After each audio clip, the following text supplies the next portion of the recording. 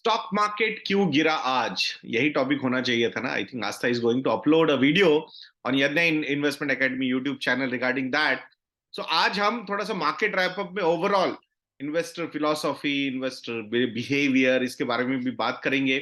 Plus बहुत सारे learnings जो है वो मार्केट फिर से एक बार हमें देके जा रहा है, वो लर्निंग्स कैसे हमें हेल्प कर सकते हैं आने वाले समय में, इसके बारे में बात करेंगे। And there will be stock specific discussions also, वो भी हम यहाँ पे करेंगे।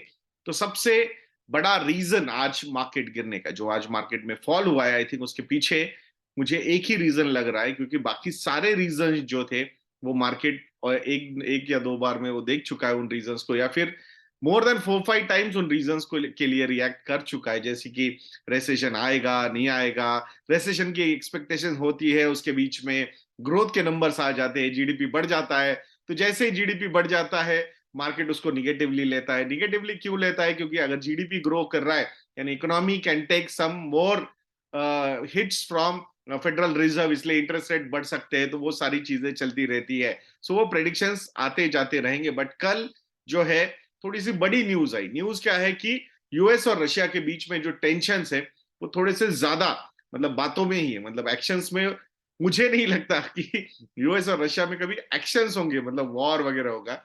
सो ये, बट मार्केट को वॉर, ये जो वर्ड है ना, ये बिल्कुल पसंद नहीं आता। तो वो जो अनसर्टेनिटी है ना, वो बहुत बड़ी अनसर्टेनिटी क्रिएट हो जाती है। Specifically war between two nuclear Nations, वो तो होना ही नहीं चाहिए। अब उन्होंने क्या बोला है कि जो यूएस के साथ ट्रीटी की थी रिगार्डिंग, कि दोनों भी देशों ने ये बोला था कि बहुत बहुत हो गया nuclear arsenal, now we will not create more nuclear arsenal, यानी कि नए वेपन्स हम नहीं बनाएंगे। बट अब रशिया ने बोल दिया, अब जब बाइडेन बाबू आएंगे यूक्रेन में, आके विजिट करके जाएंगे, तो ऑब्वियसली, और वहां जाके अगर टिपिकल रेटोरिक वो यूएस वर्सेस रशिया का रेटोरिक अगर चलेगा, so I think it is not going to help in smoothening that particular thing जो चल रहा है अभी, वॉर जो चल रहा है यूक्रेन और रशिया के बीच में। तो ये सारी चीजें अगर आप देखोगे तो this is not a positive reason. So market को एक रीजन, और एक रीजन मिल गया है टू करेक्ट, बिकॉज कितना भी हम बोले, इतने रिसेशन की बातें हो रही है, 100 साल में एक बार चीज हुई हुई है, वो उसके बारे में बात हुई है। जिस तरीके से लिक्विडिटी प्रिंट की गई है उसके बारे में भी क्रिटिसिज्म हुआ है।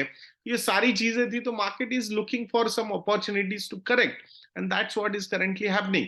सो अगर यूएस मार्केट्स नीचे जाते हैं, उसका कैस्केडिंग इम्पैक्ट एशियन मार्केट्स पे होता है, उसी का कैस्केडिंग इम्पैक्ट यूरोपियन मार्केट्स पे भी होता है। So we can not expect कि उस फेज में मार्केट्स, हमारे मार्केट्स ऊपर रहेंगे। So that is major thing.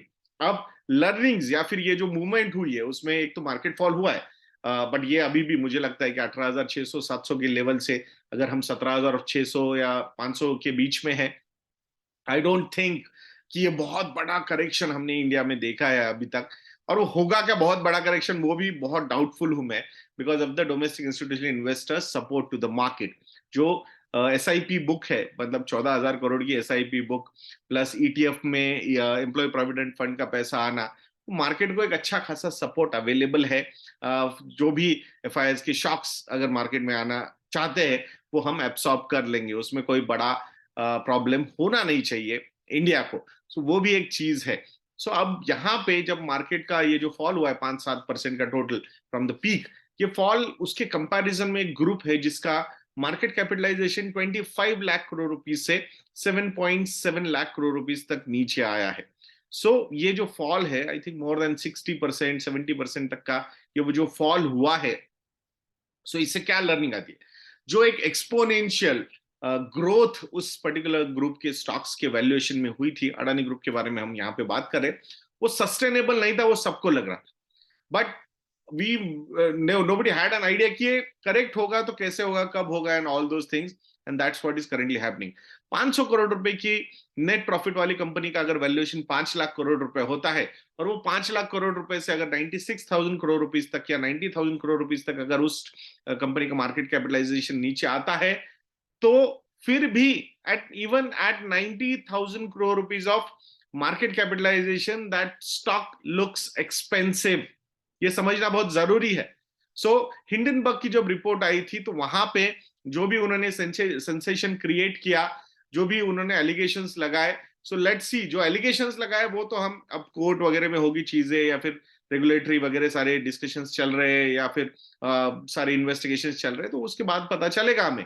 बहुत सारी चीजें तो कोर्ट में ऑलरेडी सेटल डाउन भी थी। बट एक चीज पे मैं इनको साथ एग्री कर रहा था, that was the valuation part. कि उन्होंने बोला था कि वैल्यूएशंस 85 टू 90% के करेक्शंस इन स्टॉक्स में होने चाहिए।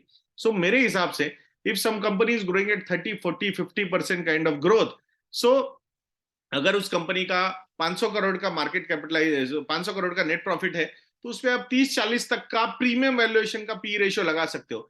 सो इतना फॉल होने के बावजूद अगर valuation P valuation are at 170, 180 P ratios, तो इट इज स्टिल एक्सपेंसिव, ये समझना भी उतना ही जरूरी है।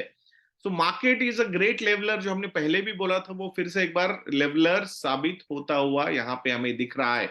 दो अदानी ग्रुप के बारे में बहुत सारे हमने क्वेश्चन मार्क्स रेज किए हैं, बट आज एक कुछ पॉजिटिव चीजें भी ग्रुप की तरफ से हुई है। तो उन्होंने अपनी स्ट्रेंथ, स्पेसिफिकली एक कंपनी है उनकी, उस ग्रुप की, अडानी पोर्ट्स एंड एसईजी, तो उस कंपनी के बारे में अगर हम बात करते हैं तो रियल एसेट्स काफी ज्यादा है कंपनी के पास, कैश फ्लोज भी अच्छे हैं। और आज कंपनी ने 1500 करोड़ के लोन्स यानी कि कमर्शियल पेपर, जिसमें आदित्य बिरला और एसबीआई म्यूचुअल फंड ने इन्वेस्ट किया था, तो उनको मार्च में उसकी मैच्योरिटीज थी, बट फरवरी में ही उन्होंने वो पैसे उनको वापस कर दिए। 1000 crore to SBI mutual fund and 500 crore to Aditya Birla sun life mutual fund. तो इट्स अ पॉजिटिव थिंग, मतलब वो एक कंपनी है जो थोड़ी compare to other stocks reasonably valued थे, and that's why correction is also reasonable compare to other stocks. ये भी समझना जरूरी है। बट कैस्केडिंग इंपैक्ट्स जो होते हैं उसको हम डिनाई नहीं कर सकते, वो इस पे भी बने रहेंगे। तो ये एक चीज है। अब देखते हैं कि इसमें से कैसे ये कोप अप करते हैं। मेजर प्रॉब्लम उनका जो आने वाला है वो रीफाइनेंसिंग ऑफ द डेट ही आने वाला है। नए जो प्रोजेक्ट अनाउंसमेंट्स किए हैं या फिर इन्वेस्टमेंट अनाउंसमेंट्स कंपनी ने किए हैं, वो शायद कैंसिल भी हो सकते हैं। और अगर कंपनी या ग्रुप 40% की ग्रोथ से 15% की ग्रोथ प्रोजेक्शंस पे नीचे आ रहे, it means they are not going to go very aggressive on capital infusion, या फिर नए प्रोजेक्ट स्टार्ट नहीं करेंगे। सो वो एक चैलेंज कंपनी के पास है। By 2025 majority of the debt is going to mature, तो उसका रीफाइनेंस कैसे होगा, उस डेट को फिर से कैसे रिन्यू किया जाएगा, ये सबसे बड़ा क्वेश्चन अदानी ग्रुप के साथ अभी यहाँ पे हमें नजर आ रहा है। आज निफ्टी 50 इन स्टॉक्स में हम बात करेंगे, तो एक स्टॉक जो है वो रॉक सॉलिड खड़ा है, और वो स्टॉक का नाम है आईटीसी।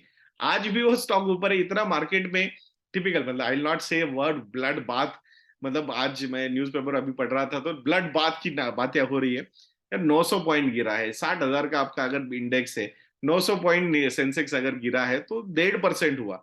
सो 1.5% हमने बहुत बार मार्केट गिरता हुआ देखा है, बट 900 पॉइंट का मार्केट फॉल, ये जो न्यूज सेंसेशन क्रिएट करती है वो कुछ अलग है। बट आई थिंक इस मार्केट में भी एक रॉक सॉलिड स्टॉक खड़ा है। तो जितने मीम्स इस स्टॉक पे बने थे, आई थिंक उसको एक करारा जवाब आईटीसी की तरफ से फिर से एक बार दिया गया है। पीबी फिनटेक यानी कि पॉलिसी बाजार का भी स्टॉक आज ऊपर था। शायद some institutions have shown quite lot of interest in this particular company. Even company के जो प्रमोटर है मिस्टर दहिया, उनका कहना है कि by 2027 company will be quite profitable. 1000 crore का प्रॉफिट जनरेट करने की कैपेसिटी ये कंपनी रखती है। लेट्स सी होगा नहीं होगा, but everybody knows that new age tech companies are now focusing on profitability, and that's a good sign for their share holders. सो क्योंकि पहले जो एक ख्याली पुलाव में सब चीजें चल रही थी, सो डेटा डेटा डेटा, हमारे पास कितने कस्टमर्स है, ये वो नहीं, I think it's all about profitability. So वो lala mentality with new age tech business thing is important. Profitability को आप इग्नोर नहीं कर सकते, specifically if you are a listed entity. और तो वहां पे, और एक बार आप लिस्ट हो गए तो पैसा रेज करना भी उतना ही प्रॉब्लमेटिक हो सकता है। इवन प्राइवेट इक्विटी इन्वेस्टर्स भी वहां पे रियलिटी चेक ले लेते हैं, and now they also go little defensive when the company gets listed. ये भी हमने समझना जरूरी है। अब अब बात करेंगे एसी कंपनीज के बारे में। तो एसी कंपनीज के स्टॉक्स में डिमांड नजर आ रही है। हीट वेव का जो अलर्ट आया है इस समर सीजन में, तो उस अलर्ट की वजह से डिमांड काफी ज्यादा बढ़ सकती है एसी कंपनी, एसी यूनिट्स की। एंड दैट्स व्हाई वोल्टास जैसी कंपनी या हिताची जैसी कंपनीज, इन पे आपने नजर रखनी चाहिए। इवन कूलर्स भी जो है, जिसमें सिम्फनी आता है या फिर हेवेल्स आता है, तो उन पे भी आपने नजर रखनी चाहिए। आई थिंक वो एक सेंटिमेंटल पॉजिटिव हमेशा एवरी समर सीजन में इन कंपनीज की तरफ आता है। सो और उनका मेजर बिजनेस यही इसी समय में हो भी जाता है। सो ये कंपनीज है, ये भी आपकी रडार पे होनी चाहिए, मुझे ऐसा लगता है। Overall I think if you are a long term investor, तो ये पेशेंस टेस्ट होने वाला है। ये साल में भी बहुत सारा पेशेंस टेस्ट होगा 2023 में। बहुत सारे लोगों को लग रहा है कि मैं बोल रहा था 2022 में, आपने बोला था कंसोलिडेशन होगा। मैं ये नहीं बोलूंगा देखा मैंने बोला था इसलिए कंसोलिडेशन होगा, लॉजिकली वही होता हुआ दिख रहा है। जो अनरीजनेबल रिटर्न्स एक साल में आ जाते हैं, उसके बाद मार्केट रीजनेबल बन जाता है। बट दैट्स हाउ, यही मार्केट की रीत है और यही चलती रहेगी। सो अब यहां से भी if you are thinking about again 4% के नजदीक यूएस की 10 ईयर जिसे गेल जा चुकी है, वहां से और भी ज्यादा वो ऊपर जाएगी ऐसा प्रेडिक्शंस आ रहे हैं। और 2 या 3 रेट हाइक्स हो सकती है फेडरल रिजर्व की तरफ से। सो तब तक मार्केट में ये कंसोलिडेशन होता रहेगा and market will keep on looking for such opportunities of, या ऐसे कुछ न्यूज आ जाती है न्यूक्लियर वगैरह उसी वॉर की या फिर कुछ एस्केलेशन की, तो markets will react negatively to this kind of news. But stay invested, keep following your systematic investment route, that is the most important part of your financial planning. यहाँ पे you should be happy if you are in your initial years of investing, और उसमें अगर आपको इतने अच्छे मतलब corrections मिल रहे, कंसोलिडेशन मिल रहे, so these are the acquisition units जो अभी आप यू एक्वायर कर रहे हो, यही आपको सबसे ज्यादा रिटर्न्स देके जाने वाले हैं, वही आपका सीएजीआर आगे जाके बढ़ाने वाले हैं। So stay positive, keep investing, that's the mantra you need to follow. So कैसा लगा आज का एपिसोड, ये कमेंट सेक्शन में लिखना मत भूलिएगा दोस्तों। वीडियो को लाइक करना, शेयर करना और चैनल को सब्सक्राइब करना मत भूलना। नेक्स्ट वीडियो में मिलते हैं। जय हिंद।